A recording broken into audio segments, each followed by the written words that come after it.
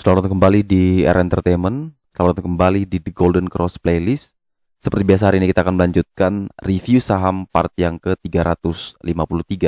Namun sebelumnya bagi teman-teman yang mungkin belum subscribe channel YouTube ini, sekali lagi jangan lupa tekan tombol subscribe, nyalakan lonceng notifikasinya agar teman-teman tidak ketinggalan informasi-informasi terbaru dari channel ini.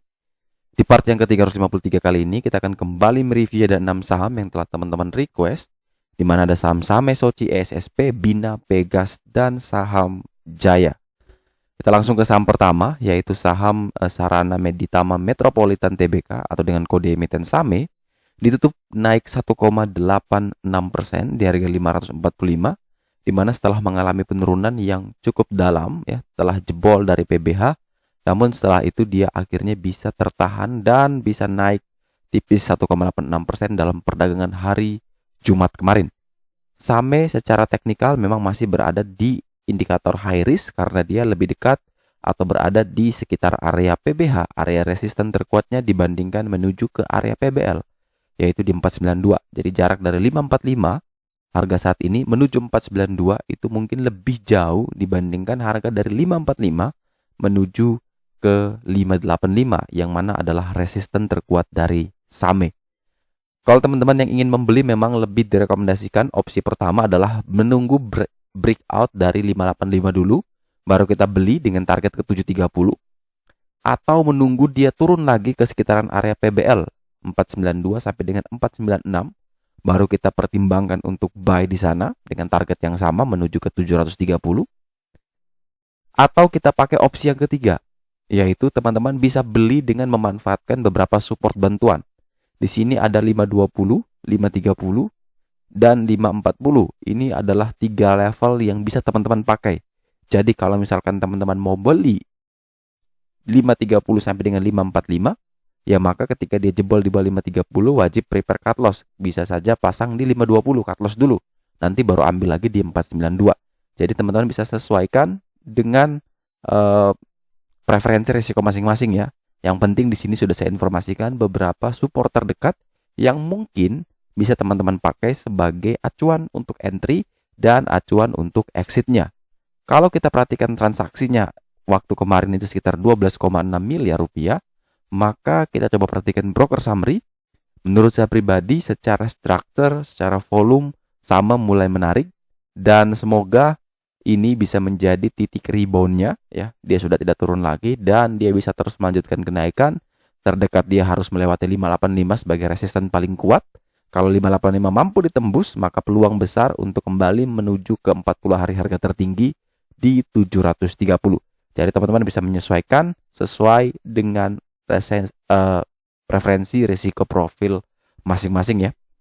Jadi mau tunggu breakout dulu boleh, mau tunggu dekat support terkuat boleh, atau mau ambil di harga sekarang boleh, asalkan teman-teman tahu di mana harus membatasi risknya dan harus tahu di mana teman-teman bisa taking profit. Kemudian selanjutnya kita punya saham Soci Lines dengan kode emiten Soci, di mana dalam perdagangan kemarin Soci ditutup minus 0,53% di harga 188. Soci memang dalam perdagangan kemarin bergerak cukup sideways ya, cuman 188 sampai dengan 190, itu terlihat mendatar sekali. Dengan total transaksi hanya 596 juta alias volumenya tidak terlalu besar, secara nilai juga kecil, dan mungkin masih akan mengalami koreksi ya.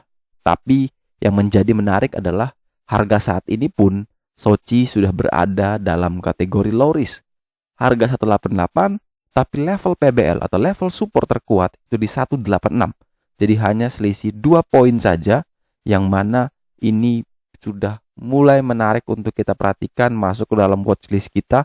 Kalau memang volumenya bagus, maka potensi Soci naik begitu luar biasa. Upside-nya terdekat dia harus ke 191, terjauh dia menuju 204, itu adalah resisten atau PBH dari saham Soci. Jadi upside-nya masih lebih besar dibandingkan total risk yang harus kita terima.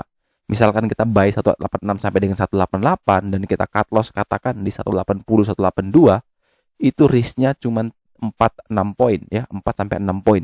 Tapi kalau misalkan kita targetingnya ke PBH, ke resistennya di 204, itu kita masih dapat sekitar 16 poin ya. Masih cukup banyak upside-nya dibandingkan dengan risiko yang akan kita terima nantinya. Sehingga secara risk reward Sochi menarik, akan tetapi kalau dia bisa bertahan di atas 186, barulah kita ambil. Jebol di bawah 186 ya jelas kita wait and see. Kita hanya akan ambil posisi Sochi kalau memang dia masih bisa bertahan sama dengan 186. Kalau memang masih bisa bertahan di situ, silakan buy 186 sampai dengan 188. Target kenaikan ke 191 sebagai TP terdekat. Untuk TikTok ya, 191 boleh.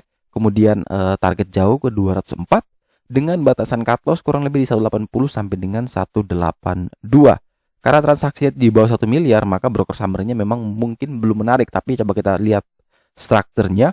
Di sini menurut saya pribadi secara struktur sudah mulai menarik dan ini tinggal tunggu momentum saja. Semoga dia cuman sekali nyentuh 186, setelah itu dia rebound dan itu sudah diikuti dengan volume yang besar sehingga meyakinkan kita bahwa Sochi sudah bisa mengalami yang namanya technical rebound dan masuk ke dalam fase uptrend. Selanjutnya kita punya saham Steel Pipe Industry of Indonesia dengan kode emiten ISSP, di mana saham ISSP ditutup di harga 288 atau ditutup stagnan ya, tidak bergerak, di mana closingnya ini sayang sekali ya masih berada di bawah level PBL atau level resisten terkuat ya, karena kita kenal PBL itu adalah support, namun karena harga ISSP saat ini berada di bawah PBL, maka PBL itu sudah bukan menjadi support tapi menjadi resisten terkuatnya. Jika teman-teman ingin membeli ISSP, maka lebih direkomendasikan kalau dia bisa breakout dulu di 292. Kalau selama dia belum bisa breakout, maka jelas mending kita void and see terlebih dahulu.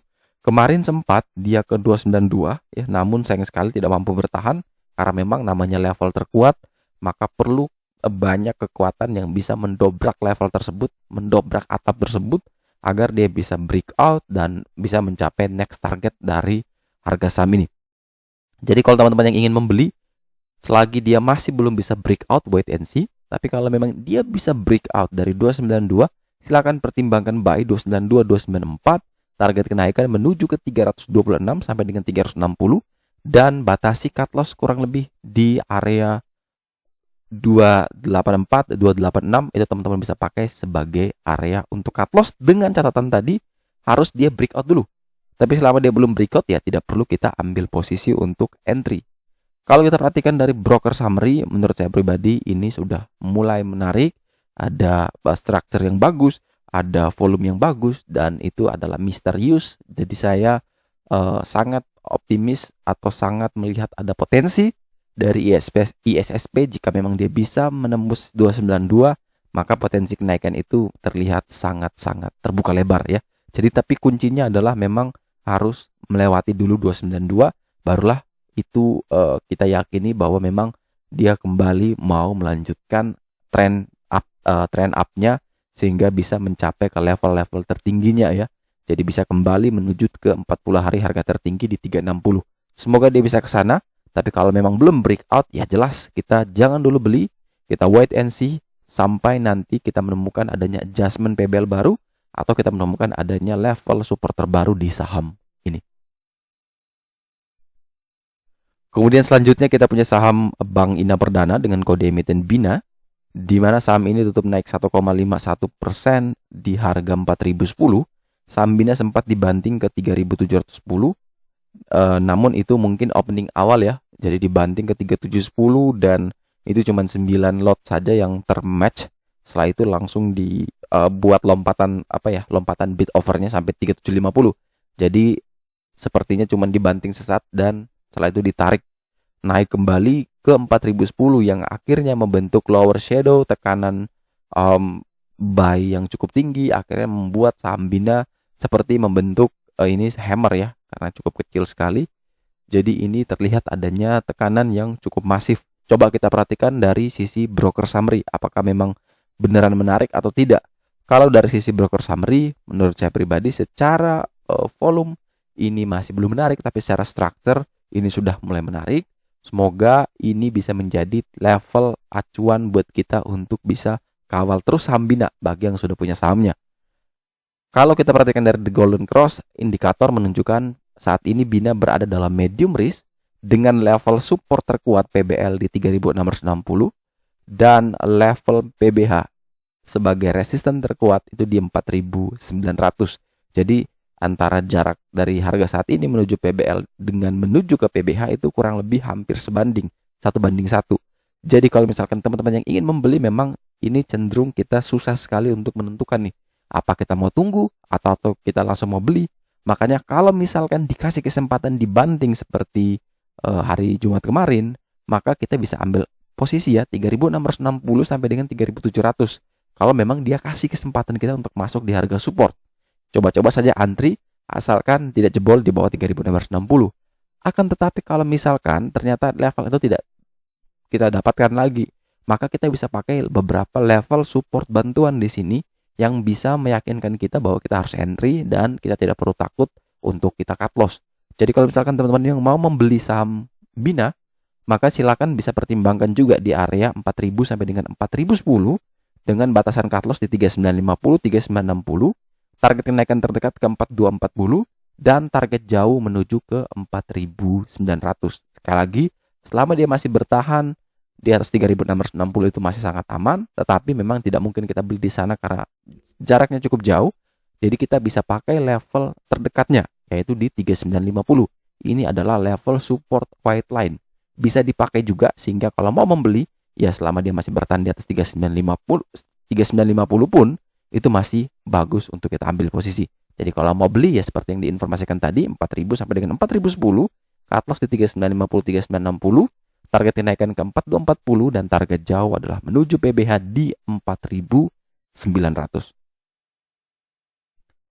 Selanjutnya kita punya saham perusahaan gas negara PGN atau dengan kode emiten Pegas, di mana saham ini tutup naik tipis 0,95% di harga 1055 setelah mengalami satu penurunan yang cukup dalam. Pegas kembali terlihat adanya di sini doji candlestick, di mana dia berbentuk seperti ini ya, tanda plus, yang artinya dia tadi pagi sempat naik tinggi ke 1060 namun closingnya di 1055, sempat ke 1045 juga, tapi dia bisa closing di 1055. Kalau kita perhatikan secara trennya, teman-teman bisa perhatikan gambar tren lainnya, maka dia masih berada dalam zona uptrendnya ya. Ini masih dalam zona uptrendnya, yang mana memungkinkan dia ini bisa kembali naik lagi ke level tertingginya di 1105 ya, semoga. Tapi kalau itu jebol, tidak mampu bertahan di sini di garis tren lainnya, maka potensi penurunan itu terbuka lebar akan kembali ke 1005. Jadi teman-teman bisa hati-hati karena harga saat ini di 1055 dengan harga PBL itu masih cukup jauh, tapi dengan harga resisten PBH itu sudah dekat ya, kurang lebih hanya sekitar 20 poin lagi, yang mana artinya itu kurang lebih ada 4 tick lagi. Jadi kalau misalkan mau membeli, saya lebih rekomendasi kalau breakout dulu ya, breakout 1075 baru pertimbangkan beli. Selama dia belum melewati 1075, maka kita mending sabar, tunggu lagi di area 1005, itu adalah area PBL, karena cukup nanggung sekali, hanya 4 tick kita mengambil resiko yang besar. Jadi lebih baik kita konfirmasi dulu breakout 1075 baru kita ambil posisi. Kalau memang belum bisa breakout, ya sudah, mending kita wait and see terlebih dahulu untuk saham Pegas. Kemudian kita tunggu lagi apakah dia bisa turun. Kalau memang turun mendekati 1005, maka bisa kita entry di level tersebut. Kalau kita perhatikan broker summary, jelas ini strukturnya masih jelek, kemudian volumenya juga jelek, sehingga masih memungkinkan ini masih terjadi koreksi. Semoga dia bisa ke 1005, 1010, sehingga bisa kita entry di level sana ya. Jadi itu risikonya jauh lebih baik dibandingkan kalau misalkan kita ambil di harga saat ini. Kemudian saham terakhir yang akan kita review di part yang ke-353 hari ini adalah saham Jaya Armada Berjaya Trans, di mana saham ini tutup minus 0,85% di harga 118. Emiten ini pagi sempat naik ke 122, namun terus ditutup turun di 118, yang mana ini merupakan level penurunan terendahnya. Secara volume transaksi sekitar 4,12 juta lembar atau sekitar 490 juta rupiah. Dimana ini masih belum terlalu menarik ya, masih belum besar. Kemudian secara volume juga masih ditekan, secara broker summary-nya masih belum bagus. Namun secara strukturnya masih menarik, walaupun emiten ini memang pergerakannya juga kelihatan sangat volatile. Dimana kita bisa melihat karena di sini ada banyak sekali shadow, ada tail-tailnya. Ketika dia sudah terbang tinggi membentuk shadow. Begitupun ketika dia turun. Ketika dia sudah dibanting ternyata dia bisa naik lagi. Ada banyak shadow, artinya volatilitas emiten ini begitu tinggi. Namun kalau kita tarik garis lagi, Jaya ini juga masih berada dalam fase atau zona yang menurut saya pribadi masih dalam zona uptrend. Ya, masih dia bermain dalam zona uptrendnya. Dan sekarang dekat dengan trendline bawahnya dan potensi bisa kembali ke 130 bahkan. Nah, ini kita harus coba lihat baik-baik, jangan sampai kita salah ambil posisi, malah kita akhirnya nyangkut. Jarak dari harga saat ini menuju PBL itu cukup jauh, sekitar 10 poin. PBL di 108 dan harga saat ini 118. Artinya ada 10 poin menuju ke level support. Kemudian dari harga saat ini menuju level PBH itu berada 12 poin. PBH di 130. Jadi risk rewardnya hampir sebanding. Makanya indikator menunjukkan medium risk. Jika teman-teman ingin membeli saham Jaya ini, maka bisa juga pakai beberapa level support bantuan di sini. Level paling dekat memang ada di 119 kurang lebih. Ini kalau dibulatkan 119. Jadi ketika dia breakout 119, silakan ambil posisi di sana dengan bisa pakai untuk tektokan. Jual di 123, 126 atau di 130. Itu bisa teman-teman pakai. Mengingat emiten ini kalau sudah terbang tinggi bisa dibanting lagi. Jadi jangan greedy, jangan pengen dapat banyak akhirnya tidak dapat apa-apa. Bisa jual di 118, 123 atau di 123, 126 atau di 130 jika teman-teman buy on breakout di 119 itu tadi. Kalau ternyata dia tidak melewati 119 malah turun, ya tunggu lagi di sekitaran area 108, 110. Itu bisa kita ambil posisi untuk membeli saham ini. Oke, sekian dulu review saham part yang ke-353 hari ini. Terima kasih banyak teman-teman yang telah setia menonton. Sekali lagi jangan lupa like, subscribe, dan share agar semua informasi yang dalam video ini dapat berguna, bermanfaat, dan tentunya bisa menjadi panduan trading di keesokan harinya. Sekali lagi terima kasih banyak. Sampai jumpa dan semoga membantu.